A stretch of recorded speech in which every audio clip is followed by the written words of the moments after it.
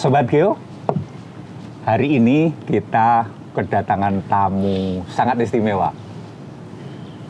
Kalau namanya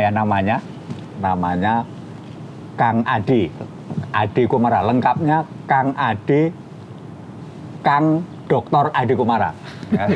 Bener ya? Belum lengkap itu. Oh, Kang Ade, Dr. Ade Komara, M-nya apa? Mulyana. Kalau dari sisi nama tahu ya dari mana?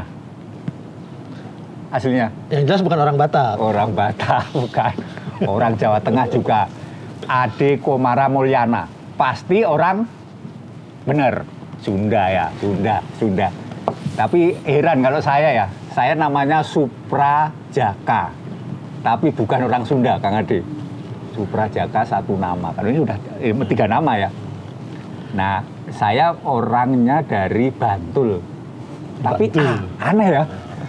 Ya udah nanti dibahas selanjutnya. Yang jelas Kang Ade ini dari Sunda sudah pasti tahu karena namanya udah menunjukkan lokus. Nah, saya itu salah nama kayaknya. Suprajaka si Bantul. Tapi waktu itu kalau nggak salah mungkin Kang Ade orang Jogja atau Jawa Tengah, Purwokerto itu kan pakai AAA. Itu kayaknya zaman Majapahit namanya kan bukan Raden Wijaya, Raden Wijaya. Nah, saya mungkin itu. Baiklah, Kang Ade. Kang Dr. Ade Komara Mulyana. Ini sangat istimewa. Saya mendapatkan bocoran orang dalam itu, beliaunya itu ustadz, iya. Surveyor, iya. Kapus pasti kan ya. Jadi ini sangat lengkap.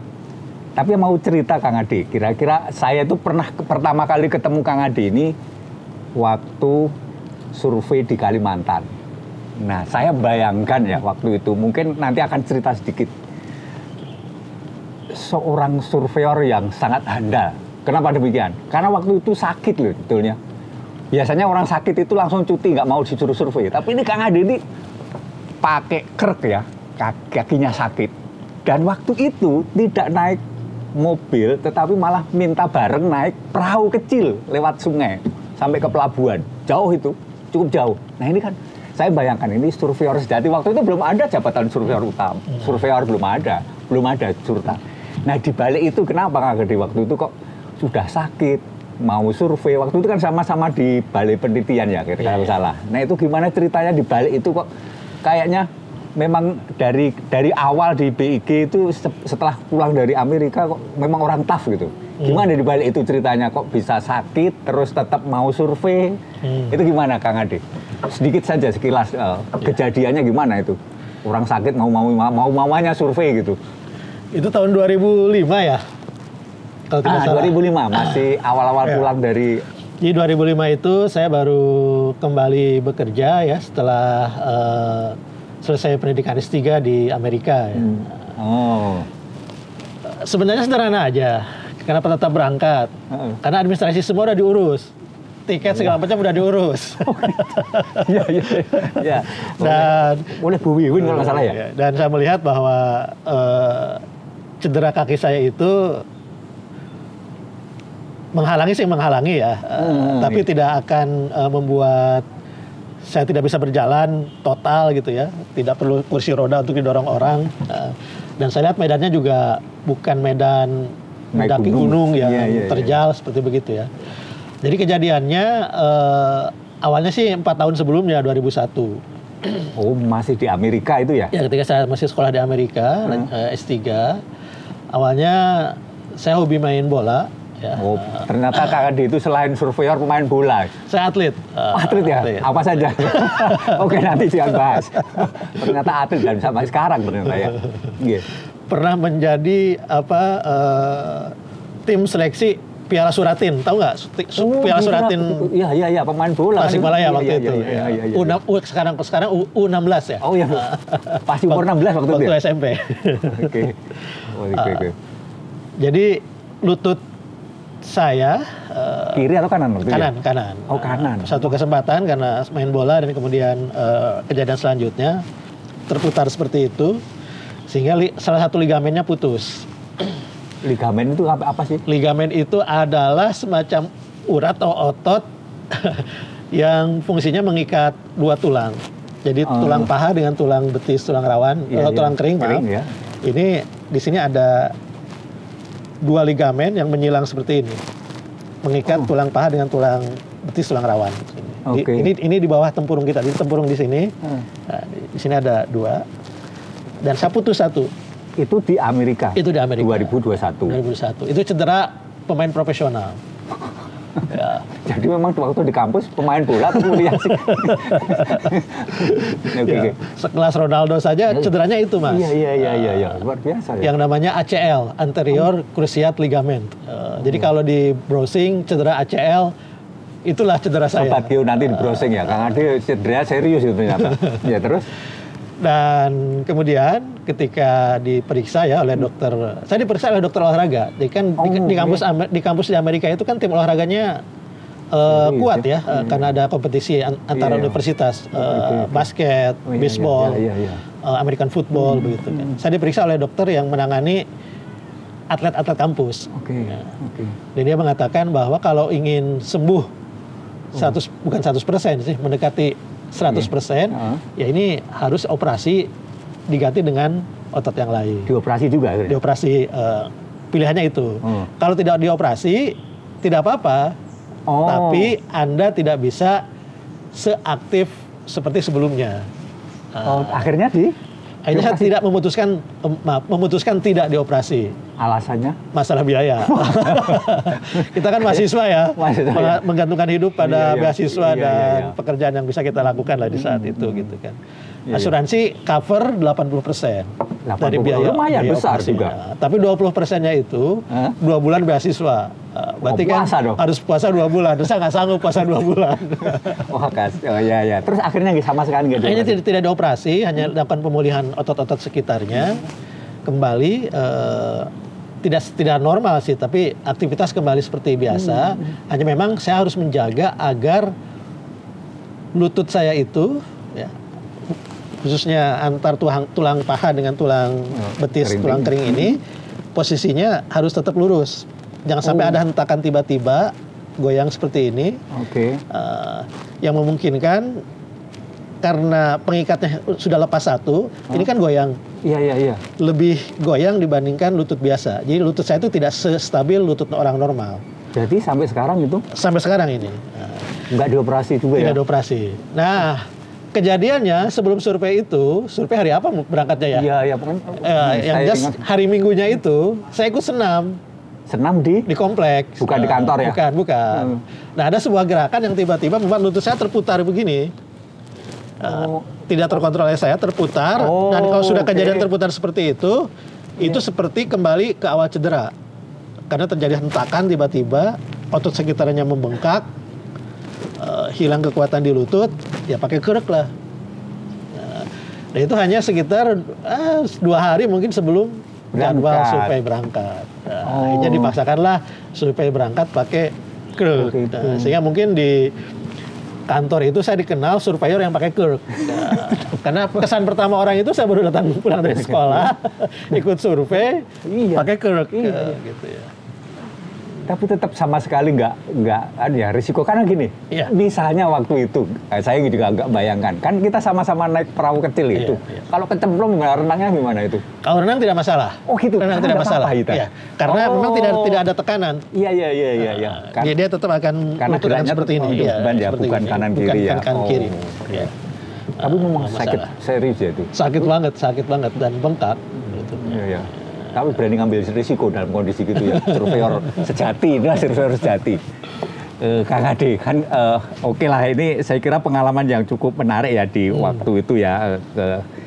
Ya untungnya tempatnya, lokasinya kan itu, pantai dan ke laut ya, sampai malam. Dan itu motivasi lain Pulau Derawan kan. Ya, lokasinya teman-teman di Pulau Derawan surveinya. Jadi snorkeling pertama saya di sana itu. Belum pernah ya waktu itu? Belum pernah. Ya, memang. Pulau Derawan masih perawan. Perawan betul. Waktu itu memang luar biasa dan ikannya juga enak ya. Kang Ade, sebelumnya mungkin kembali ke sebelumnya. Kira-kira waktu itu pakai beasiswa dari S1-nya dari BPPT dari Ristek ya dulu ya. Ya. Itu dulu memang langsung daftar ke BIG ya, Iya. Bagus Surtanal waktu itu. Iya. Alasannya apa sih Kang Ade dulu kok bisa tiba-tiba ke Bagus Surtanal dari SMA ya itu waktu itu? Iya, dari SMA. Gimana ceritanya kok bisa Jadi saya nyasar ke sini atau memang itu udah cita-citanya? Jadi buat teman-teman muda nih, saya hidup di zaman yang tepat. Saya selalu mengatakan seperti kalau itu. Kalau gitu ya susah itu, nggak bisa. Gimana ceritanya? Jadi pada saat itu kan programnya Pak Habibie sebagai Menristek. Sambil nunggu. Oh silakan. Manti. Mana ini? Ada makanan favorit nih ya, mestinya ya. Oke. Ini manti. Teh apa ini? Manti kopi. Julid atau bukan ini? Oke. Ya, sambil gimana ceritanya? Ini kok bisa di waktu yang tepat ini? Wah, kita bisa nikmati kopi atau teh. Kang Ade tahu kopi atau teh nih? Ini kopi boleh Kopi ya. Oke, sambil gimana Kang Ade? Saya siapkan kopinya. Saya bilang saya hidup di waktu yang tepat karena ketika saya SMA itu pemerintah memiliki program beasiswa lulusan SMA ke luar negeri. SMA-nya di mana dulu? SMA di Tasikmalaya. Oke. Jadi sejak kelas 1 atau kelas 2 SMA itu saya sudah tahu program ini. Oh. Ada program dari Kementerian Ristek, BPPT ya. Ya, cukup. Makasih. Ya. Yang akan memberikan beasiswa untuk sekolah ke luar negeri. Ini informasinya dari mana, sekolahan atau dari mana? Informasinya dari mulut ke mulut, dari media. Waktu belum ada media sosial ya, tapi media cetak. Dari koran itu ada berita-berita seperti itu. Oke. Wah, rajin membaca juga ini. Kalau nggak rajin nggak dapat informasi kayak gitu. Padahal saya kota Tasikmalaya kan relatif kecil lah ya dibandingkan waktu itu Bandung atau Jakarta betul. gitu ya. Jadi Iya. sejak kelas 2 itu cita-cita tertinggi saya ikut program itu, Mas. Tapi itu kok langsung ke Bagus Surtanal itu gimana kan? Beda itu jurusannya macam-macam itu. Nah, ketika kemudian menjelang kelulusan SMA kelas 3 itu dibuka pendaftaran. Nah, ternyata pendaftarannya itu harus ditujukan kepada salah satu lembaga. Oh, tidak boleh. Tidak ke Kementerian Ristek. Oke. Yang bisa dipilih itu Bagus Surtanal, BPPT, LIPI, Lapan, Batan. Oh, di grup Di grup LPNK Ristek itu, 5 itu. Nah, saya mulai cari-cari nih informasi tentang kelima lembaga ini dengan segala keterbatasan pada saat itu ya. Oke. Terus? Saya tertarik dengan kata-kata survei dan pemetaan. Oh, kenapa dulu? Survei pasti jalan kan keluar gitu kan. Alasannya itu ya, sesederhana itu ya. Ya. Bagus. Nah, bagus. Terus saya juga pelajari juga pemetaan apa sih? Oh, salah satunya yang diperlukan atau jurusannya itu teknik geodesi. Saya pelajari juga teknik geodesi apa. Itu yang paling berkesan di saya pada saat itu ada informasi yang menyebutkan geodesi itu adalah matematika yang diterapkan di lapangan, di permukaan bumi. Dan saya memang hobi matematika. Juara terus kayaknya ya. Senang matematika. Enggak, saya sebenarnya ini aja. Senang berpikir logis gitu ya. Gitu aja. Dan matematika mengajarkan saya berpikir logis gitu kan. Nah, itulah kemudian saya memutuskan saya kirim lamarannya ke Bagus Surtanal. Yang favorit waktu itu mungkin BPPT. Tapi saya memutuskan Bagus Surtanal karena tadi tertarik dengan kata survei dan pemetaan. Di SMA itu yang terima berapa orang? Atau hanya Kang Ade saja jangan-jangan? Kalau dari sekolah saya hanya saya saja.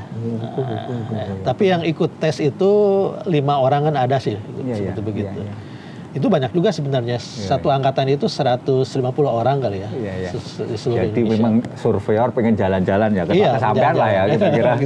Itu ya kira-kira dari awal memang mau jadi sebelumnya sebelum ada program itu memang bayangannya sudah ke seperti apa sih? Ada sebenarnya saya bukan Bagus Surtanalnya sebenarnya, saya ke luar negerinya. Motivasi utama saya itu ini ada beasiswa ke luar negeri. Itu yang dikejar sebenarnya untuk sekolah di luar negeri. Lah darahnya harus milih kan untuk bisa ke luar negeri. Ternyata sebelum berangkat itu kita sudah jadi CPNS. Jadi prosesnya itu dipercepat. Jadi disegera setelah lulus tes langsung diangkat CPNS, langsung diminta prajabatan. langsung sudah sebelum punya berangkat, NIP. Oh, Iya. sebelum berangkat itu sudah prajab. Iya, sudah prajab, sudah punya NIP. Golongan berapa itu? 2A, ya? lulusan SMA, 2A. Ya. 2A ya. Sehingga berangkat itu sudah dengan paspor biru. Paspor Mantap dinas. ya? Sudah ya. seperti Terkenal itu. dong waktu itu ya. Sudah pakai paspor biru pada SMA. Kang Adi, setelah perjalanan panjang ya, waktu itu kan mesti diberikan pelajaran-pelajaran yang terkait dengan geodesi, pasti yang di sana karena memang awalnya situ ya, karena di Bako Surtanal, terus nah sekarang ekspektasi yang selama ini sudah dipelajari sampai sekarang ini, menurut Kang Adi sudah gimana ya? Oh iya, sesuai dengan harapan saya, atau jangan-jangan sudah terlalu jauh, atau saya malah, kalau nggak salah Kang Adi itu juga olahraga selain bola pernah itu juga lari, tapi bukan lari dari kenyataan. Nggak kira-kira Kang Adi sudah sesuai nggak sepanjang perjalanan itu panjang kan, udah berapa tahun di Bako Surtanal dan PIG? Jadi kalau karir saya itu ini, saya sudah mendapat penghargaan Karya Satya itu 30 tahun sudah dapat. Lama 2019 kemarin. Karena saya dihitungnya tadi sejak lulus SMA dari golongan 2A. Wah, hampir sama dengan saya ya. Saya udah lebih dikit tapi ya karena dari SMA. Karena di SMA. Jadi selama sekolah itu saya mendapat surat tugas. Jadi sudah bagian dari masa kerja saya. Sehingga NIP saya itu tinggi itunya masa kerjanya. Dulu 600 atau 500 ya? 600 ya, 600. Saya 700 gitu. Salah kan? 600. Karyawan nomor 600 loh. 635 saya. Okay. Nah, karena saya kuliah Teknik Geodesi, ya, jadi S1 saya itu di TU Delft, Belanda, ya, Technische Universiteit Belanda. Oh, bukan di Amerika? Bukan. Jadi S1-nya di Belanda. Belanda. Di TU Delft. Oke. Terus kemudian itu ambil apa? S1 atau master itu? Nah, gimana ceritanya? Waktu itu sistem Belanda atau sistem Eropa kontinen itu masih berbeda dengan sistem Amerika, Inggris, Australia, Jepang. Jadi di Prancis, Belgia, Belanda, Jerman, negara-negara itu pendidikan tinggi di universitas hanya 2 level. Level paling tingginya S3 doktor, dan ada level di bawahnya. Nah, kalau teknik gelarnya insinyur, IR. Kalau sosial misalnya gelarnya doktorandes. Itu yang diadopsi oleh Indonesia pada saat awal setelah kemerdekaan kan sistem pendidikan Belanda. Nah, secara internasional orang Eropa kontinen itu mengatakan yang insinyur teknik, doktorandes di bidang sosial itu setara dengan master di negara-negara Anglo-Saxon, di negara-negara Inggris, Amerika, Jepang. Jadi saya gelar saya insinyur. Itu rata-rata normalnya itu 6 tahun untuk bisa mendapatkan gelar insinyur itu. Kang Adi berapa? Saya 6 tahun, 6 tahun lebih dikit lah, karena sering main juga. Main bola. Dan mereka mengklaim ini setara dengan master. Jadi ijazah saya itu 2 bahasa. Muka pertama bahasa Belanda, mendapatkan gelar. Berarti dulu bahasa Belanda ya? Kuliah saya bahasa Belanda, full 100% bahasa Belanda. Bisa bahasa Belanda sekarang? Untuk membaca, menulis masih bisa, masih lancar. Saya masih setiap hari masih membuka koran Belanda. Tapi untuk bicara masih perlu penyesuaian lah. Jadi ijazah saya bahasa Belanda, gelarnya insinyur dalam bidang geodesi. Sebelahnya atau halaman berikutnya terjemahan bahasa Inggris. Gelarnya Master of Science in Geodetic Engineering.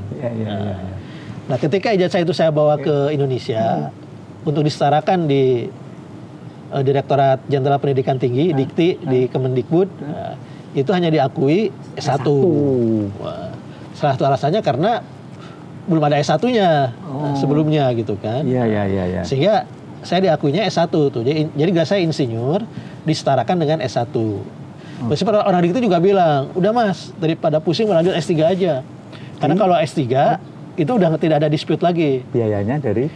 Nah, kemudian setelah S1 itu saya pulang. Oh, pulang dulu? Pulang dulu. Oh, sempat ngantor dulu? Sempat ngantor dulu saya di sini. Berapa bulan itu? Setahunan lebih. Oh gitu. Di pusat apa dulu? Di Gedung Ki. Yang sekarang menjadi pusat jaring kontrol geodesi dan geodinamika. Meskipun di sana itu waktu itu yang cikal bakalnya Balai Penelitian Geomatika. Saya waktu itu. Saya di sana, tapi 4 bulan pertama orientasi. Masih orientasi juga? Masih orientasi diputerin, kan, pusat-pusat segala macam ada.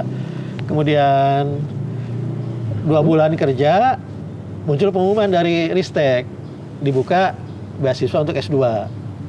Oh. Nah, jadi baru 6 bulan nih di kantor.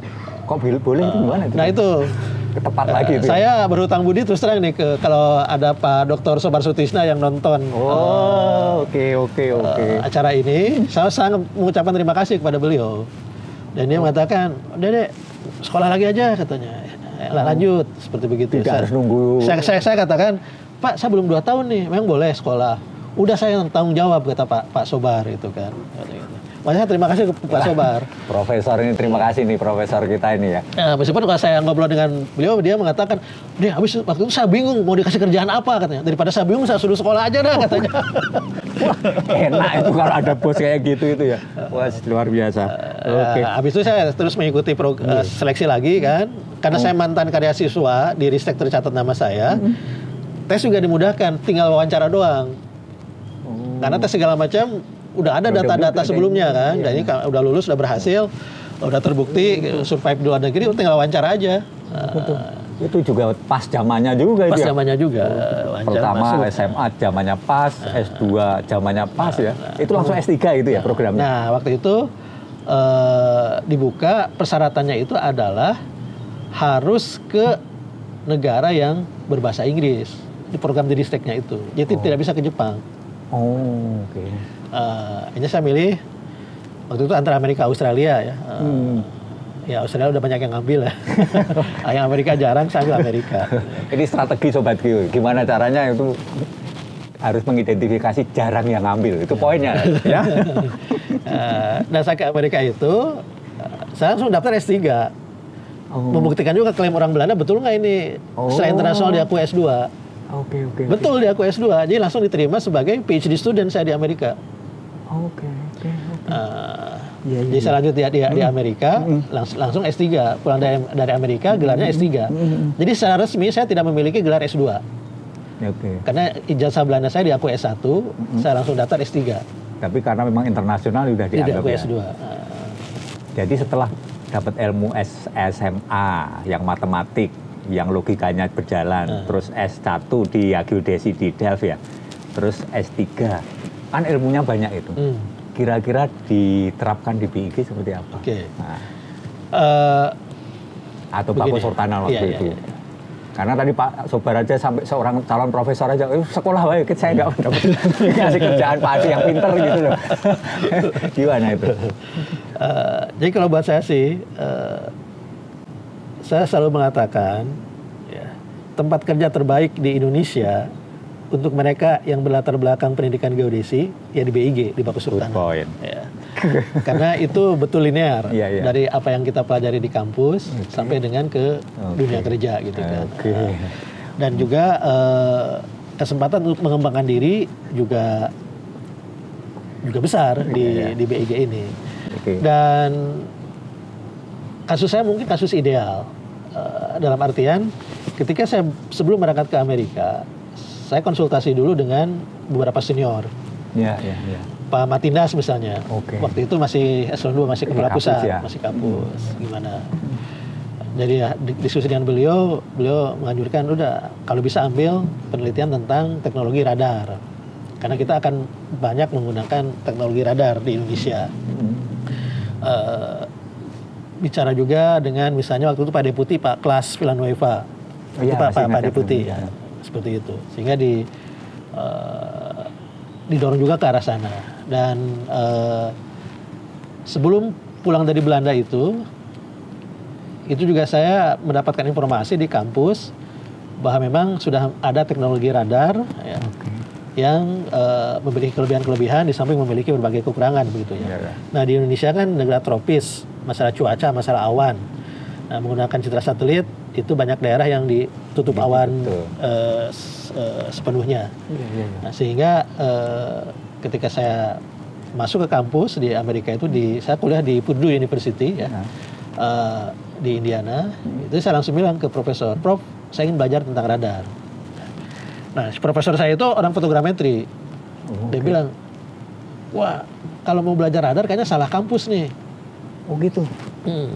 Karena kita juga baru mulai ini. Tapi kalau mau belajar bareng, ayo. Oh profesornya gitu. Belajar bareng, ayo katanya. Bareng-bareng belajar sama saya. Hanya belajar bareng dengan beliau. Profesor kan pasti sibuk lah gitu kan, banyak tugas, banyak penelitian. Ya dia yang mensuplai. Udah, ini buku-buku ini pelajari.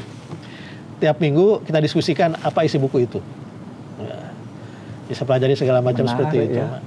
Kalau cari profesor yang gitu, yang semangat gitu ya, Kak. Wah, 2 tahun terakhir di saya dia sudah buka mata kuliah radar. Iya. Hasil diskusi dengan saya selama berminggu-minggu itu. Jadi bahan mata kuliah.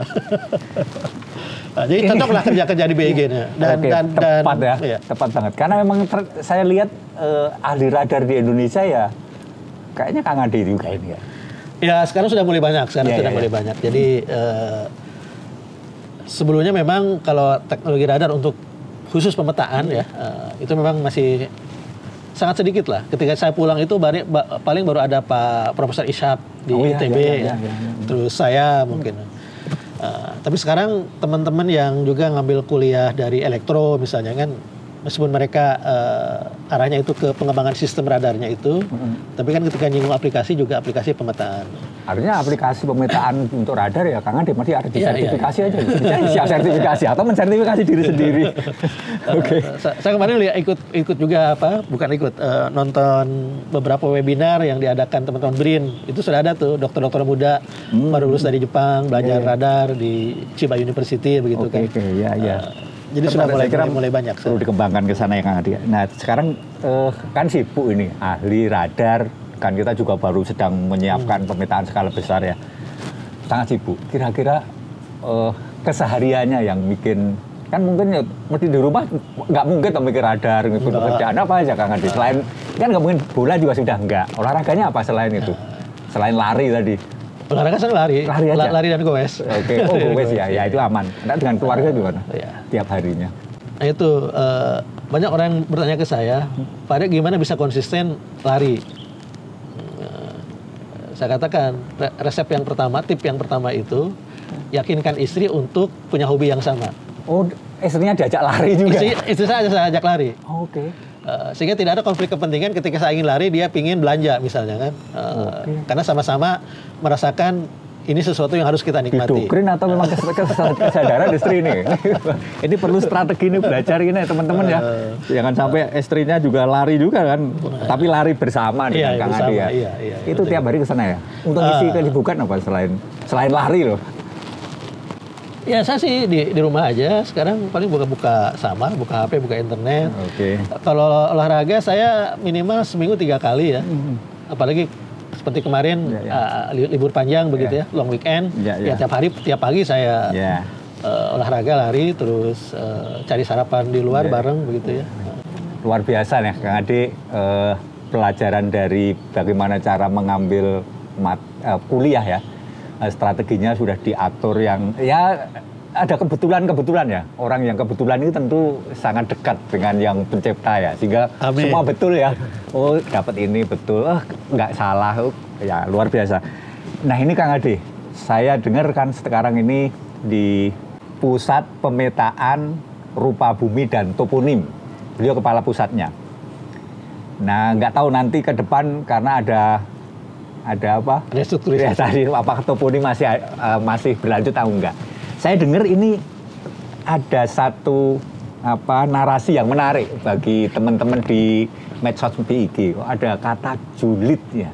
Ini seberapa julid sih? Kok mengambil nama itu? Apakah memang stafnya Pak Ade itu julid-julid semua atau gimana? Ini menarik karena pengen teman-teman Sobat Geo pengen tahu itu sebetulnya. Julid NR itu di baliknya itu ada apa sih sebetulnya? Apakah memang sangat terkait dengan kegiatan utama di pusat PPRT itu, atau memang itu bagian dari pelajaran yang harus dilakukan dengan pemetaan skala besar? Ngomong kan masih berjalan ya pemetaan skala besar? Masih. Termasuk itu yang KPBN masih? Masih. Jadi begini. Jadi gimana? Sesuai dengan nama pusat kami ya. Harus diminum. Saya minum dulu nih. Masya Allah, luar biasa. Enak ya Kang Ade ya? Oke. Gimana? Pusat kami kan namanya Pusat Pemetaan Rupa Bumi dan Toponim. Pusat Pemetaan Rupa Bumi dan Toponim. Ya. Ya. Jadi kami sampai kapan itu ya? Nggak tahu ya? Nggak tahu lah. Tugas kami menyediakan peta rupa bumi. Oke. Peta rupa bumi itu adalah peta dasar yang menggambarkan kondisi negara kita, kondisi Indonesia, ya, apa adanya. Ya.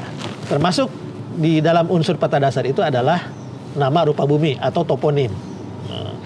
Jadi ketika di peta kita terlihat ada gunung, apa nama gunung itu? Ketika terlihat nama ada jalan, apa nama jalan? Ketika terlihat sungai, apa nama sungai tersebut? Itu nama-nama rupa bumi, atau toponim. Toponim itu dari topografi kan, name. Oh, nama topografi. Jadi nama topografi, nama unsur rupa bumi atau nama geografis. Oke. Jadi awalnya kita mengumpulkan nama rupa bumi itu agar peta yang dibuat oleh BIG, oleh kita, itu bukan peta buta, tapi peta yang ada namanya. Iya. Ini masih ingat dulu ya, zaman SD atau SMP itu dulu ada peta buta kalau ujian ya, suruh ngasih nama ya. Iya. Masih ya. Oke. Ya saya ingat tuh soalnya ada titik A, titik B. A Kota Tasikmalaya, B Ciamis. Ada sungai di antara dua titik itu. Sungai apa itu? Iya, betul. Sungai Citanduy kan yang memisahkan Kota Tasik dengan Kabupaten Ciamis gitu ya. Asalnya sebatas itu. Jadi sudah banyak nama-nama yang kita kumpulkan. Ya. Tapi kemudian ternyata nama rupa bumi ini peranannya semakin penting, semakin strategis. Ya. Misalnya ketika kita bicara konflik batas dengan negara tetangga, ya. Istilahnya rebutan pulau lah, misalnya gitu kan. Nah, itu terjadi ya dulu. Nama menjadi salah satu unsur yang bisa menentukan ini pulau milik siapa. Nah, kalau namanya berbau-bau, misalnya kalau kita dengan Timor Leste gitu kan, berbau bahasa Portugis, orang Timor Leste bisa klaim ini milik kami karena namanya aja bahasa Portugis. Tapi kalau namanya Pulau Kambing gitu kan, itu bahasa Melayu, bahasa Indonesia, itu pulau milik kami. Itu akhirnya kambing itu masuk kita ya? Itu memang tidak disebut, saya hanya memberikan contoh saja. Iya. Tapi yang menarik misalnya sekarang masih ada pembicaraan lagi antara Provinsi Jawa Tengah dengan Jawa Barat. Yang tentang kepemilikan sebuah pulau di antara Cilacap dengan Kabupaten Pangandaran. Iya. Saya tanya namanya pulau apa? Pulau Manuk. Oke. Nah, ketika Pemprov Jawa Barat ngobrol sama saya katakan saya juga orang Jawa Barat, orang Sunda. Oh, bagus tuh namanya Pulau Manuk. Karena Manuk bahasa Sunda. Artinya burung. Tapi ternyata ketika saya bicara dengan teman-teman Pemprov Jawa Tengah, Manuk bahasa Jawa juga burung. Jadi nama dalam hal itu nama tidak memberikan keputusan gitu kan. Karena sama-sama Manuk gitu. Apalagi di perbatasan memang bahasanya sudah mulai campur gitu ya. Tapi itu intinya kita mengelola nama itu sekarang ada beberapa tujuan. Yang pertama itu untuk menjaga kedaulatan dan keamanan wilayah negara Kesatuan Republik Indonesia. Poinnya sangat penting itu teman Sobat Geo. Ya. Yang kedua, untuk menjaga adat istiadat, budaya, sejarah kita. Jangan sampai kemudian seperti sekarang banyak sekali nama-nama asing yang bermunculan yang sebenarnya tidak terikat atau tidak terkait dengan budaya adat istiadat lokal. Ya. Ada perumahan di pinggir kali disebut Riverside. Ada perumahan dibangun di tengah kebun disebut Park View. Itu Garden kan? View. Garden View atau apa gitu namanya kan. Nah, nama-nama itu kalau tidak kita kelola, tidak kita kendalikan, lama-lama akan terakar tuh. Akan tercabut akar budaya dari masyarakat yang tinggal di sekitar kita. Ya contoh, ya mohon maaf misalnya di Jakarta sekarang banyak nama-nama yang menunjukkan, kalau kata Bang JJ Rizal, sejarawan kita, Jakarta itu dulu, Betawi dulu itu kota hijau dan kota biru. Kota hijau berarti banyak tumbuh-tumbuhan, kota biru banyak perairan. Makanya tercermin dari nama, ada Kebon Sirih, kemudian ada Rawamangun, ada Kalideres. Itu kan menunjukkan kondisi alam Betawi pada saat itu. Yang ketika itu kemudian tidak dipertahankan penggunaan nama-nama tersebut, ya seperti sekarang, Rawamangun, Rawasari, rawanya udah nggak ada. Akibatnya banjir terus ya. karena memang rawa dijadikan gitu ya. pemukiman begitu kan. Kali deres itu kan bisa kebayang ada kali yang deres banget gitu kan. Sekarang kali deres di mana sih gitu kan? Nggak jelas ya jadinya. Jadi kita ingin melestarikan budaya, adat istiadat, sejarah. Dan tujuan yang ketiga itu untuk administrasi pemerintahan. Oh, oke. Tertib administrasi pemerintahan. Dari mulai nama desa, nama kecamatan, nama kelurahan, nama desa, nama kelurahan, nama kecamatan, kabupaten, kota, itu harus diatur sehingga jelas. Nah, nama desa ini yang resmi adalah ini. Nah ini misalnya ketika nauzubillah min dzalik, ya, bukan menginginkan adanya bencana, tapi saya punya pengalaman juga sebagai surveyor nih. Ketika terjadi bencana gempa 2009 di Yogyakarta, saya ditugaskan, masih Bapak Sultanal ya, mimpin Satgas Tim Reaksi Cepat Pemetaan Cepat di Jogja. Kita buka stand di sana, di bawah koordinasi BNPB. Ternyata di sana banyak sekali organisasi asing yang masuk membawakan bantuan. Nah, ketika mereka melihat stand kita, stand Lembaga Pemetaan Nasional, pada datang ke kita tuh. Apa yang mereka minta? Salah satunya, yang utama adalah basis data nama dan koordinat, nama tempat. Nah, ketika saya mengatakan, untuk apa perlu nama? Karena kami takut salah sasaran memberikan bantuan. Ya, kita ingin tahu ketika dikatakan daerah yang terdampak yang harus diberikan adalah desa A, maka kami harus betul-betul yakin bisa datang ke desa A yang koordinatnya jelas. Nah, siapa yang bisa memberikan koordinat? Ya Anda, lembaga otoritatif pemerintah. Nama tersebut koordinatnya di sini. Ya, saya selalu memberikan contoh nih, Mas. Di Tasik itu ada kecamatan Kawalu. Tapi di Ciamis ada kecamatan Kawali. Nah, buat kita mungkin Kawalu sama Kawali itu beda jauh. Tapi buat orang luar negeri mungkin itu membingungkan. Karena kadang-kadang mirip Kawalu, Kawali. Kalau hanya mengandalkan informasi lisan, pindah ke Kawalu dibawa ke Kawali. Karena itulah perlu basis data resmi nih, nama dan koordinat. Saya juga baru sadar juga, oh iya ya itu kan. Jadi pentingnya kita mengelola nama rupa bumi ini. Nah, untuk bisa mengelola nama rupa bumi, yang pertama kan kita harus mengumpulkan nama. Kita mengkoleksi nama-nama. Tadi saya katakan BIG sudah mengkoleksi banyak nama, ya. Ratusan ribu bahkan mungkin jutaan. Tapi dibandingkan objek yang bernama di muka bumi Indonesia ini masih jauh. Karena itulah kita ingin membuka partisipasi masyarakat, siapapun setiap orang untuk berkontribusi dalam pengumpulan nama ini. Syaratnya siapapun boleh. Siapapun boleh. Nah, partisipasi ini kita mulai dengan menggulirkan program yang namanya Julid Nama Rupa Bumi. Julid. Kenapa diambil julid itu? Julid itu kalau menurut menarik ini. KBBI ya. Gimana itu? Orang-orangnya sangat julid-julid ya. Itu artinya iri atau dengki. Oh, iri? Ya, julid itu iri, dengki. Ini Ustadz ini gimana itu? Gimana? Tapi kan ada iri yang diperbolehkan. Oke. Iri terhadap kebaikan. Iri kebaikan, teman-teman. Sobat Geo. Iri tapi untuk kebaikan itu sah ya? Sah. Menarik. Gimana ceritanya ini? Menarik ini. Nah, iri atau dengki itu dalam bahasa populernya kan disebut nyinyir. Oh. Jadi julid itu sama dengan nyinyir. Silahkan nyinyir ya pokoknya. Jadi kami membuka kesempatan kepada masyarakat untuk menyalurkan potensi nyinyirnya dengan cara yang baik. Oke. Saya kira Indonesia termasuk negara nyinyir. Katanya budaya kita itu budaya nyinyir katanya. Okay. Baik kita salurkan. Bagus. Ini menarik ini. Nah, apa yang dinyinyiri ini? Jadi kami membuka kesempatan di awal ini kepada masyarakat Indonesia untuk nyinyir. Apa yang dinyinyiri adalah nama-nama rupa bumi yang ngaco. Jadi kalau ditemukan nama rupa bumi yang salah, silakan nyinyiri itu. Apapun ya. Apapun yang nama yang salah. Tahunya salah dan tidak gimana itu? Makanya ini di sini masuk edukasinya. Ya ini literasi ya. Menarik. Agar kita bisa nyinyir, kita harus tahu itu salah atau benar. Kalau itu benar jangan dinyinyiri. Tapi kalau itu salah, silakan nyinyir. Laporkan ke kami melalui media sosial. Oke. Kasih hashtag Julid NR. Ntar, Julid NR hashtagnya itu ke medianya sendiri-sendiri. Media atau- sendiri kalau dibikin hashtag kan bisa kita Oh, ambil. oke. Siapapun boleh nyinyir, yang salah ya. Tapi Ya.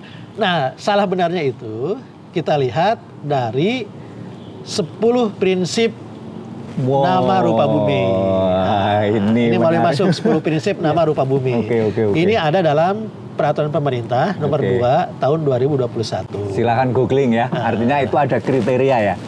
Yang jadi apapun yang salah, tapi salahnya ada ketahuan ya nanti ya. Iya, Termasuk iya. tadi yang park view itu masuk ya, salah itu. memang salah satu dari prinsipnya itu adalah penggunaan bahasa Indonesia. Oh. Itu kaidahnya. Boleh dinyinyiri ya. Perumahan-perumahan dinyinyiri boleh. Boleh. Boleh menggunakan bahasa daerah atau bahasa asing ketika ada alasan tertentu. Alasan tertentunya alasan sejarah, alasan keagamaan. Oh, keagamaan boleh, sejarah Boleh. boleh, Karena, sejarah boleh, keagamaan boleh. Nama masjid kita kan Oh iya, Al-Idrisi ya. Boleh. kan? Al-Idrisi kan nama orang asing itu, nama tokoh orang Arab. Iya. Atau masjid di kompleks perumahan saya Baitus Salam. Iya. Itu tanpa disadari itu bahasa asing, bahasa Arab. Jadi bahasa asing itu tidak hanya bahasa Inggris Iya. atau bahasa Spanyol, Iya. Arab juga asing. Iya. Baitus Salam. Tapi itu boleh karena ada alasan keagamaan. Oh, oke. Jadi nama masjid yang bahasa Arab jangan dinyinyiri. Iya. Itu oke. Jangan kebiawi ya, nanti semua yang masjid-masjid dinyinyirin semua, repot nanti. Atau Ambiar. nama-nama tempat ibadah lain Iya, yang iya. menggunakan bahasa asalnya, Ya, gereja, misalnya terus gereja mau- menggunakan bahasa Latin Iya, atau iya. bahasa Spanyol, Iya, iya. itu juga jangan dinyinyirin, Iya. jangan julid terhadap seperti itu. gitu. Iya. Ada kriteria. Tolong sebelum Kriteria. nyinyir cek dulu 10 kriteria ya. Seperti begitu. Nah, terus misalnya juga direkomendasikan, sangat direkomendasikan, bahkan kalau menurut kami wajib harus tidak menggunakan nama orang yang masih hidup. Oh, orang masih hidup. Nah, itu Kang Ade yang di tol-tol itu boleh nggak itu? Iya. Nah, itu gimana tuh? Itu Boleh nyinyir? menyalahi prinsip. Boleh nyinyir, Nggak apa-apa boleh itu? dinyinyiri. Nggak apa-apa ya? Kang Ade bertanggung jawab boleh ya? dinyinyiri itu. Iya. Kenapa prinsip ini ada? Karena kita belum tahu nih akhir hidup seseorang itu, kalau boleh pakai bahasa Ustadz, husnul khotimah atau su'ul khotimah. Oh, iya. Siapa tahu Wah, sekarang iya. pahlawan, besok jadi pecundang. Dikasih nama ya udah terlanjur ya. Ya, Wah, ya, makanya ini. misalnya ya contoh yang juga sempat agak viral tuh ketika saya mengatakan itu nama Stadion Lukas NMB di Jayapura tidak sesuai dengan prinsip penamaan rupa bumi. Oh iya, dari jadinya kayak begitu Iya ya. kan, kita tahu kondisinya sekarang Iya, seperti iya, apa kan, bingung juga. Iya, mau dicabut susah. Seperti gitu. Jadi kalau belum yakin dia pahlawan, nggak usah dulu diberikan penghargaan nama seperti itu. Iya. Bahkan dalam prinsip itu disebutkan bisa menggunakan nama orang yang sudah meninggal minimal 5 tahun. Kenapa itu ada? Ada alasannya? Ya karena untuk tadi meyakinkan bahwa nama itu bersih. Tunggu dulu 5 tahun. 5 tahun ya. Jangan-jangan nanti ketemu gitu. Dulu pernah begini. Wah, bahaya juga. Karena kasus hukum terhadap orang yang meninggal ada juga kan. Iya. Udah meninggal digali kuburnya untuk disidangkan gitu ya. Wah, bahaya ya. Jadi silakan tuh hal seperti itu dijulidi. Iya. Hal lain yang sering salah juga ya, jadi pengguna nama asing, nama orang, juga masalah penulisan. Nah, masalah penulisan yang sering salah itu adalah ketika dalam nama itu ada begini. Nama rupa bumi itu ada 2 komponen. Nama generik dan nama spesifik. Oke. Nama generik itu yang menunjukkan itu barangnya apa. Misalnya Gunung Salak. Gunung Salak ya. Nah, gunung itu nama generik. Berarti bendanya itu gunung, objeknya gunung. Salak namanya. Ya. Berarti itu satu nama ya? Itu satu nama. Itu gunung nama generik, salak nama spesifik. Oke. Sekarang kalau ada misalnya desa yang namanya Gunung Salak. Desa Gunung Salak. Kalau ada ini hipotetikal. Menulisnya barangnya apa? Gunung apa desa? Desa. Maka nama generiknya desa. Oke. Gunung Salak berarti nama spesifik. Nama desa itu. Nah, Gunung Salak ketika jadi nama spesifik harus disatukan. Oh, Gandeng, Gunung Salak. Untuk membedakan bahwa gunungnya itu bukan menuju kepada objek gunung loh. Oh, berarti Gunung Putri itu kalau dipisah salah tuh ya? Salah kalau menunjukkan nama tempat. Nama desa, kecamatan nama desa, Gunung nama Putri ya? kecamatan Gunung Putri. Tapi kalau memang ada gunung yang namanya Putri, itu betul Gunung Putri. Ya. Nah ini banyak tuh yang salah seperti begitu. Nah, itu silahkan nyinyirin ya. Nah silakan nyinyirin. Oke. Ada kelurahan di Kecamatan Bogor Barat, Kota Bogor, Kelurahan Gunung Batu. Itu berarti gandeng kan? Harus gandeng, karena nama generiknya kelurahan, bendanya itu kelurahan barangnya, namanya Gunung Batu gitu kan. Itu juga silakan dinyinyirin. Makanya silakan pelajari dulu 10 prinsip nama rupa bumi. Kalau ada yang tidak sesuai, silakan posting di media sosial masing-masing, berikan hashtag Julid NR. Ya. Julid NR, NR-nya huruf besar ya. NR itu singkatan dari nama rupa bumi. Itu dari mulai kapan itu dibuka itu? Tahun ini ya baru tahun ini. Silakan. Mau di kapan itu boleh? Boleh. Tahapannya gimana sih setelah dijulitin terus nanti ada apa gitu sampai ketemu juara, hadiahnya ada nggak Kang Ade? Hadiahnya apa? Jadi ini segmentasinya gimana? Segmentasinya. Latar belakang ini memang ini untuk meningkatkan partisipasi masyarakat ya dalam pengumpulan nama rupa bumi. Atau dalam istilah kerennya kan crowdsourcing. Urun daya. Jadi seperti kita bisa memberikan masukan data ke berbagai platform ya, di internet ya kita buka juga sekarang. Kita punya aplikasi sebenarnya, tapi untuk sementara ini belum pakai aplikasi. Silakan pakai sosial media masing-masing. Tadi tahap pertama silakan nyinyiri dulu. Oke. Kalau sampai kapan nyinyiran itu periodenya? Terus sih. Terus sampai akhir tahun. Kalau sudah bisa nyinyir kan berarti sudah tahu yang salah. Tahap kedua itu nyinyirnya kita belokin. Bukan nyinyir mencari yang salah. Itu berapapun orangnya akan terekam kita ya? Tahap kedua itu adalah kita akan membuka kesempatan mengumpulkan nama yang benar. Mengumpulkan nama yang benar. Tapi setelah dinyinyirin tadi. Sebenarnya tidak harus. Tidak harus. Tidak harus. Jadi nyinyir silakan nyinyir tetap. Jalan terus ya. Jangan terus. Tapi yang paling nyinyir siapa gitu? Tapi ketika menemukan nama yang sudah benar, itu juga dikumpulkan. Sampaikan di sosial media masing-masing. Tetap pakai hashtag Julid NR juga. Ya. Tapi ini yang benar. Bedanya apa nanti? Nanti kita pisahin sendiri kita di sini. Bagus. Ini sesuai. Nah ini sebenarnya kami ingin mengumpulkan nama ini langsung di aplikasi kami yang namanya aplikasi Sinar, Sistem Informasi Nama Rupa Bumi dan di peta kita ya. Tapi untuk menjaga kesulitan teknis, sekarang pengumpulan nama itu di sosial media dulu, hanya tolong tag lokasi. Pada saat nyinyir belum tag lokasi? Ada tag lokasi juga. Ada tag lokasi juga, ini lokasinya di mana. Ya tag lokasi belum harus dalam bentuk koordinat. Hanya sampai di aplikasi sosial media masing-masing. Biasanya desanya muncul sih di desa ini, kelurahan ini, seperti begitu. Nah itu. Nah tahap ketiga itu nanti kita sosialisasikan aplikasinya sehingga masyarakat bisa melihat nama-nama yang sudah terkumpul di Sinar. Ya, di aplikasi kami di Sinar itu.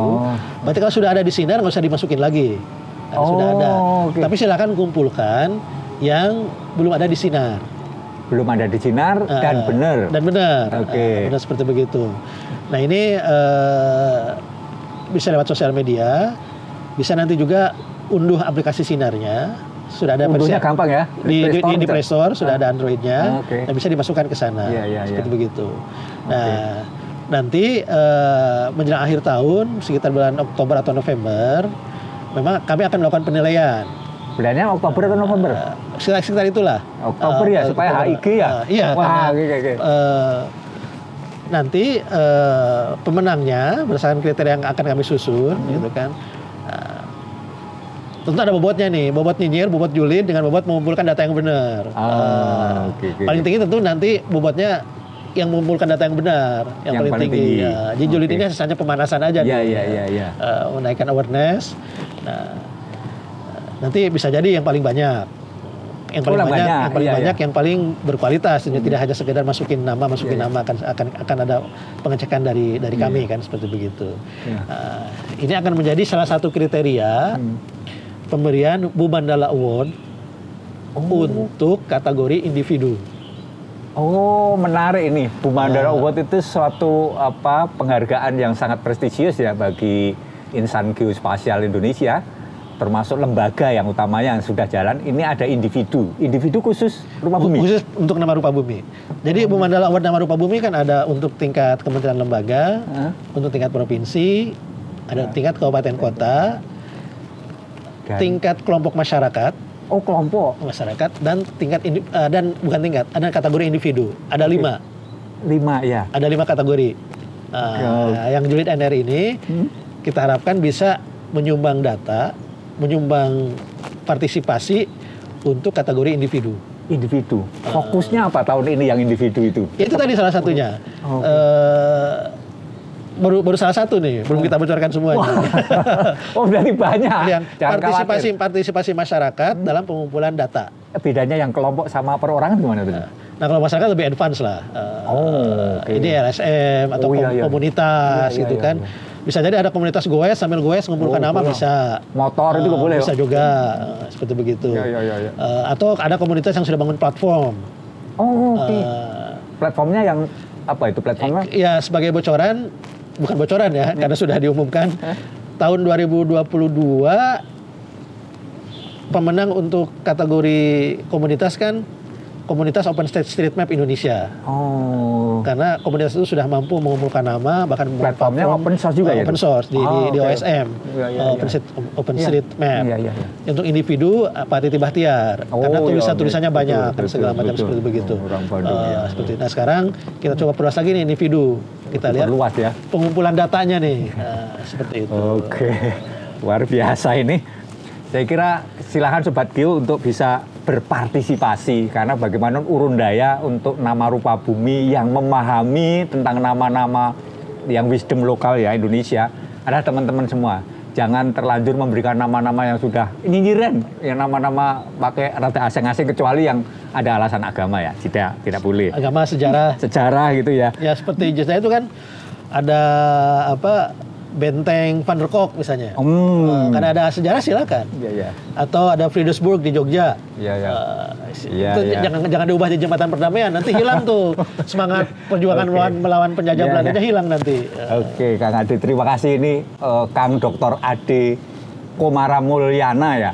Luar biasa ini kita sudah bicara tentang tadi sedikit tentang bagaimana pengalaman jadi surveyor sejati dengan sakit juga jalan. Tidak terkendala dan meskipun ahli radar ternyata sangat advance untuk terkait dengan kultural ya kan sangat kultural sekali ini kan luar biasa rentangnya mulai dari yang parametris sampai yang sosial kultural luar biasa ini. Kang Ade, ada yang perlu disampaikan khususnya hadiah ini kira-kira hadiahnya apa? Ada bocorannya? Supaya menarik gitu ya. Dan kira-kira apa hadiahnya? Ya mungkin ada hadiah kecil, gitu bisa kita keluarkan merchandise PIG lah, mungkin dari Mas Joko. Tapi yang besar itu nanti kan Bu Mandala Award tadi itu. Itu penghargaan yang tertinggi untuk tadi insan geospasial, insan pemetaan di Indonesia begitu. Terima kasih Kang Ade. Mungkin ada closing statement untuk para anak-anak muda kita yang barangkali tertarik dengan mengikuti track recordnya Kang Ade. Bahkan Pak Presiden Jokowi pernah mengatakan, ya, data is the new oil. Data adalah minyak baru. Artinya sumber kekayaan utama kita itu sekarang adalah data. Ya. Jadi bagi Anda yang tertarik di bidang data, pengumpulan data, pengolahan data, pemanfaatan data, sekaranglah eranya. Dan salah satu data yang penting untuk kita kuasai, untuk kita kelola adalah data yang terkait spasial, terkait keruangan kewilayahan kita, terkait posisi kita. Ini penting untuk kita kelola bersama. Yang salah satunya adalah nama, ya, nama dari objek yang ada di sekitar kita, yang ternyata memiliki 3 kepentingan tadi itu ya. Untuk menjaga kedaulatan dan keamanan negara kita, untuk menjaga, melestarikan nilai budaya, adat istiadat, sejarah kita, dan untuk tertib administrasi aktivitas-aktivitas pembangunan kita. Ya. Makanya mari kita julid terhadap nama rupa bumi yang salah. Tapi kita perhatikan, kita kumpulkan, kita kelola nama rupa bumi yang benar. Terima kasih Kang Ade, Sobat Geo. Saya kira pesannya sudah sangat pas sekali untuk segera kita memperbaiki nama rupa bumi Indonesia agar perencanaan pembangunan tepat sasaran. Salah satunya itu. Tentu ada lain lagi juga, kita harus mempertahankan nama-nama yang sifatnya local wisdom dan memiliki sejarah-sejarah yang kita lestarikan. Banyak lagi aspek yang bisa kita pelajari. Kita akan ketemu lagi di Big Talk berikutnya. Terima kasih Kang Ade. Sama-sama. Luar biasa ini.